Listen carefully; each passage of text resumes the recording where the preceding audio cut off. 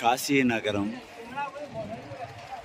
బోట్లు సవారీ, గంగా హారతి ప్రదేశం చూసారా? మన ఇంద్రా సినిమా తీసింది ఇక్కడే, ఈ బోట్లలోనే ప్రయాణం. ఎలా ఉంది? ఇదే గంగా నది. ఓం నమో గంగే. ఇంత అద్భుతమైన ప్రశాంతమైన ప్రదేశంలో నాలాంటి వాడికి ఇంకేం కావాలా? ఓం నమో శివాయ.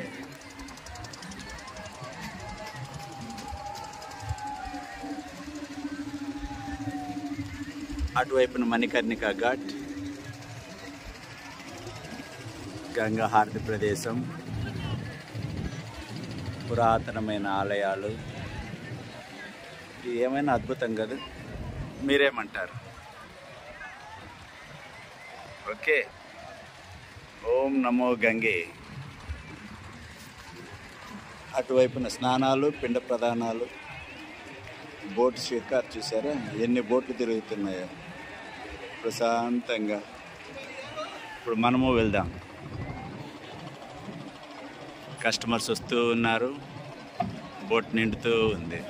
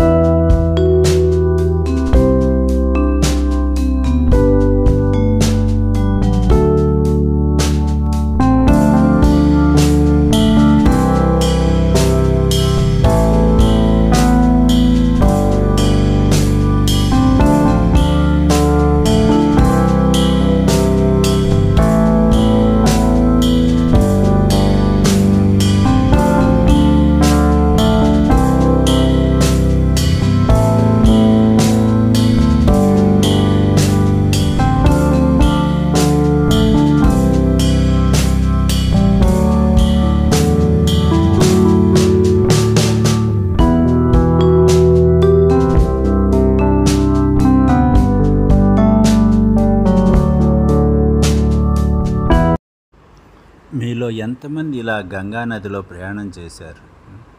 చూసారా? ఎంతో అందమైన ఘాట్లు. ఆ ఘాట్లలో ఆ కనిపించేదే మానస్ సరోవర్ ఘాట్. అది నాకెంతో ప్రత్యేకమైనది. ఎందుకంటే నేను మా అమ్మగారు ఎప్పుడు వచ్చినా అక్కడే కూర్చుంటాం కాబట్టి ఆ ఘాట్ కోసం చూడటం కోసమే నేను ఇంత దూరం వచ్చాను. మీరేమంటారు? ఈ గంగా నది తీరంలో ఎక్కడ చూసినా ప్రశాంతత కనిపిస్తుంది. ఈ ప్రశాంతత ఎందువల్ల తెలుసా? ఇక్కడ శివయ్య ఉండటం వల్ల. ఓం నమ శివాయ. ఆ కనిపించే తీరమే నాకు మా అమ్మకు ఎంతో ప్రత్యేకమైన ప్రదేశం. ఇంతకన్నా ఏం కావాలి? ఇక్కడికి వచ్చి అమ్మని తలుచుకోవటం అంటే మనం అమ్మ ఒళ్ళో ఉన్నట్టే. చూశారు? ఎంతో పైకి ఎంతో ప్రశాంతంగా ప్రవహిస్తున్న ఈ గంగానది లోపల ఎన్ని సుడిగుండాలు ఉందో, అలాగే మనిషి కూడా పైకి ఎంతో ప్రశాంతంగా ఉన్న అతనిలోని ఎన్నో సుడిగుండాలు లాంటి ఆలోచనలు ఉంటాయి. ఆలోచనలన్నీ దాటుకొని ప్రశాంతతగా జీవించడం కోసం ఎంతోమంది ఈ కాశీ నగరానికి వచ్చి తమ అంతిమ జీవితాన్ని ఇక్కడే గడిపేస్తూ ఉంటారు. అలా మీలో ఎంతమంది రావాలనుకుంటున్నారు? నాకు కూడా ఇక్కడే ఉండి అమ్మను తలుచుకుంటూ ఉండాలనే ఉంది.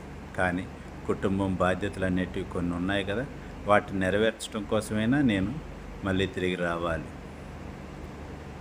ఒకప్పటికైనా ఇప్పుడు మోడీ గారు వచ్చిన తర్వాత ఈ ఘాట్లన్నీ ఎంతో శుభ్రం చేసి చాలా అద్భుతంగా మార్చారు.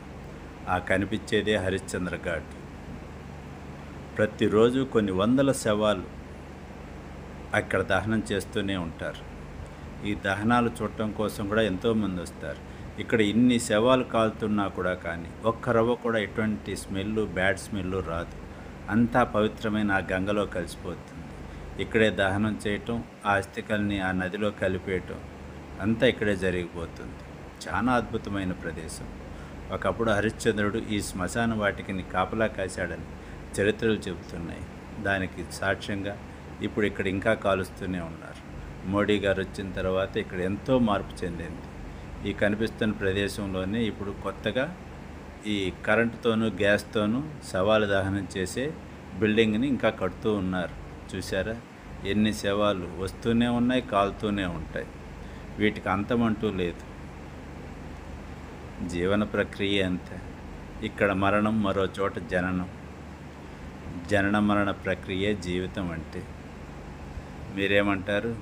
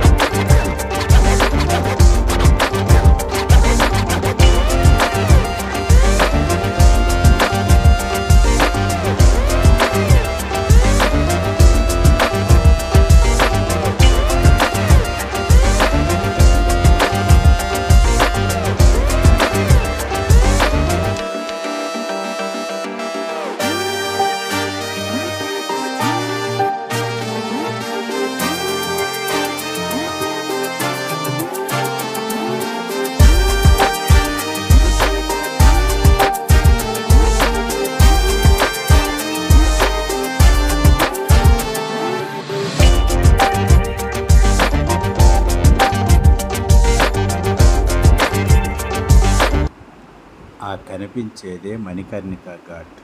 ఈ కాశీ నగరంలోని ప్రత్యేకమైన శ్మశానాలలో ఇది రెండోది. ఇక్కడ కూడా రోజు కొన్ని వందల సంఖ్యలో శవాలను తీసుకొచ్చి దహనం చేస్తూనే ఉంటారు. ఆ వాలిపోయింది చూసారా, ఆ గోపురం, అది ఈ శ్మశానానికి ప్రత్యేకత. ఈ శ్మశానంలో ప్రతిరోజు మధ్యాహ్నం 12 గంటలకి దేవతలందరూ వచ్చి స్నానం చేస్తారని ఇక్కడి వారి నమ్మకం. ఈ కనిపించేది ఇప్పుడు కొత్తగా కట్టిన ప్రవేశ ద్వారం కాశీ నగరానికి. గతంలో చాలా చిన్నగా ఉండేది. ఇప్పుడు మోడీ గారు వచ్చిన తర్వాత చాలా అద్భుతంగా ఇలా అందంగా తయారు చేశారు.